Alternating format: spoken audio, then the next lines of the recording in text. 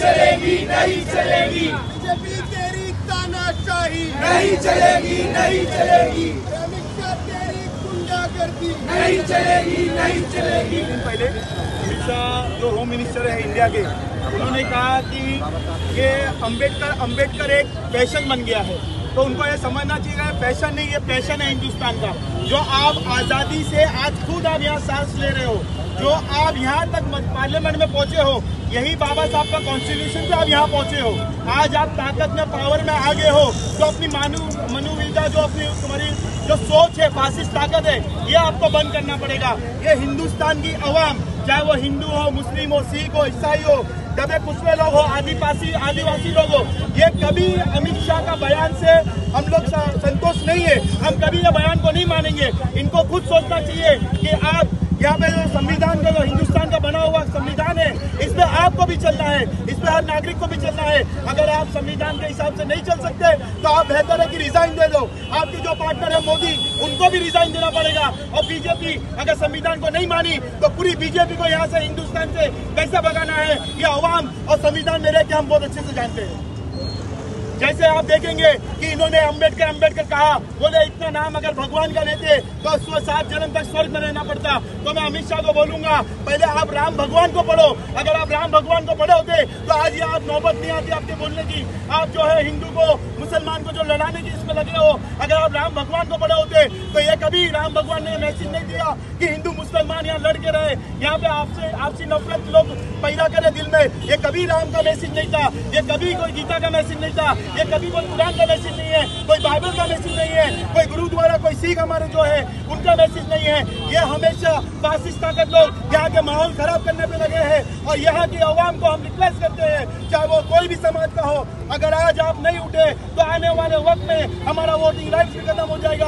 आने वाले वक्त में हमारे को जो हक है, जो गवर्नमेंट से मिलते हैं, वो भी खत्म हो जाएंगे। इनको हिंदू मुसलमान के अलावा और कुछ भी नहीं है इनके पास। ये पूरे फेल सरकार है, ये पूरी तरह से फेल हो चुकी है। चाहे पुलवामा का बोलो, चाहे अरुणाचल प्रदेश में चाइना ने बॉर्डर कब्जा कर लिया उसका बोलो, या किसी को हेल्थ स्कीम देना हो, किसी को एजुकेशन के ऊपर हो, बेरोजगार है, महंगाई है, ये इसमें से फेल हो चुके हैं। ये जाते हैं मोदी जी बार दूसरी कंट्री में घूमने, इनको यहाँ तक आज तक नहीं पता कि हिंदुस्तान में क्या चल रहा है। तो एक काय के प्रधानमंत्री है, इनको पब्लिक को हर जगह अपील करना चाहिए, हर जगह संविधान में रह के एक प्रोटेस्ट करना चाहिए, ये बीजेपी भगाओ आंदोलन करना चाहिए। ये बीजेपी सरकार हमको नहीं चलेगी। अगर आज भी हमारे देश को बचाना है, हमारे यहाँ के लोगों को बचाना है, आने वाली नस्लों को बचाना है, तो हमको एक अच्छा बेहतरीन प्रोटेस्ट हमेशा करना रहेगा ये बीजेपी के खिलाफ। ये जो भी अगर स्कीम लाएगी, जो भी नया बिल पास करेगी, जो भी नया कानून लाएगी, अगर वो आवाम के लिए सही नहीं होगा,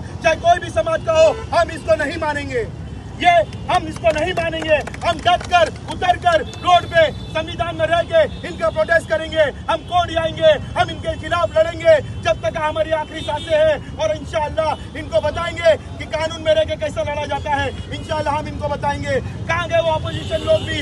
जब ये अपोजिशन जब ताकत में थी, ये कांग्रेस जब ताकत में थी, तो ये क्या ईवीएम बंद नहीं कर सकती थी, ये बैलेट पेपर नहीं ला सकती थी? जब कांग्रेस यहाँ ताकत में थी, ये अमित शाह जब तड़ी पार थे, तो इनको तड़ी पार नहीं कर सकती थी, इनको सलाखों के पीछे नहीं डाल सकती थी। ये जब यहाँ पे इंटरनेशनल लॉ और जो भी यहाँ पे जब ये साबित हो गया कि मोदी जो है गोधरा के पीछे इनकी साजिश है, तो ये जब ऑपोजिशन पार्टी थी, इनको सजा नहीं दिला सकती थी। लेकिन ऑपोजिशन पार्टी की इसमें बहुत बड़ी हाथ है, इन्होंने कभी इनको नहीं रोका। इसके लिए आज इतनी बड़ी ताकत में बैठ के वहाँ पहुँच गए। मैं आवाम से रिक्वेस्ट करूंगा, आपके पास बेहतरीन प्लेटफॉर्म है, ये एसडीपीआई का परचम है। मैं अपने जय भीम वालों से बोलूंगा, ये आपके पास एसडीपीआई का परचम है, आप इसको ज्वाइन करो, इसको ताकत दो, इसको पावर में लाओ। ये देखना कैसे बीजेपी को उखाड़ के फेंकेगी इंशाअल्लाह। जो हमारा एक नारा पहले भी था, वो नारा मैं रिपीट करना चाहता हूँ कि देश हमारे आपका, नहीं किसी के बाप का। तो वैसे ही है, ये देश संविधान से चलता है और ये संविधान से चलेगा। आप पीछे मजमा देख सकते हैं, कैमरा घुमा भी सकते हैं। ये मजमा अल्हम्दुलिल्लाह ये गवाही देता है, मुसलमानों की गवाही देता है। ये मुसलमान खाली मुसलमानों के प्रोटेस्ट में नहीं, अगर मुसलमान अगर कोई भी संविधान के खिलाफ अगर कोई आँच उठती है, और जिसने संविधान को लिखा हमारे बाबा साहब अम्बेडकर, तो हम उनके लिए तो सबसे पहली सफ में दिखेंगे। ये सबसे बड़ा पैगाम है। और बीजेपी को ये हम खुले चुनौती दे रहे हैं कि आप ऐसे अल्फाज इस्तेमाल करोगे तो आने वाले टाइम में आपका पुतला भी जलाएंगे, और अगर हमें मौका मिलेगा तो हम आपका सदन भी घेराव करेंगे, आपका घर का भी घेराव करेंगे, अगर आप इन चीज़ों से पीछे नहीं हटते हो तो। हम लोगों ने जो प्रोटेस्ट किया है इसकी वजह ये है कि हमारे अमित शाह जो पार्लियामेंट में हमारे बाबा साहब के बारे में टिप्पणी कर रहे हैं, ये उनको मालूम होना चाहिए कि ये हिंदुस्तान है, यहाँ पे जो भी निज़ाम चलता है वो संविधान से चलता है और वो संविधान की वो जो वो कर रहे तौहीन कर रहे हैं। तो हमने उसके खिलाफ ये मोर्चा निकाला है, ये प्रोटेस्ट किया हुआ है कि उनको सोचना चाहिए कि हम जिस संविधान की शपथ लेकर के हम सत्ता में बैठे हैं उसी संविधान के खिलाफ हम आवाज़ उठा रहे हैं, उसके खिलाफ बात कर रहे हैं। तो ये इस तरह से ये जाहिलत नहीं चलेगी, इस तरह तानाशाही नहीं चलेगी। उनको ये सोचना चाहिए कि मुल्क के अंदर जो अमन अमान हमारे जिले कानून जो बनाया है बाबा साहब ने बनाया है, आज जो मुल्क के अंदर जितना अमन और जितना शांति से हम लोग यहाँ रह रहे हैं, जितना सुकून से रह रहे हैं, बाबा साहब की देन है। ठीक है, उन्होंने सबके लिए हर एक के लिए उन्होंने कानून बनाया है, सबके यहाँ पे सब हर मजहब के हर कास्ट के लोग यहाँ रहने के लिए उन्होंने संविधान में सहूलत दी है और ये उसी को नहीं मान रहे। तो ये कौन सी मानसिकता लोग हैं जो इस तरह बाबा साहब की तौहीन कर रहे हैं। इसलिए हमारी मांग है कि उनको फौरन माफ़ी मांगना चाहिए और अपने पद से इस्तीफा देना चाहिए। जो संविधान की नहीं मानता वो हिंदुस्तान के लिए रहने के लायक नहीं है। हमारे लिए यही है कि उनको फौरन माफ़ी मांगे और अपने पद से इस्तीफा दें।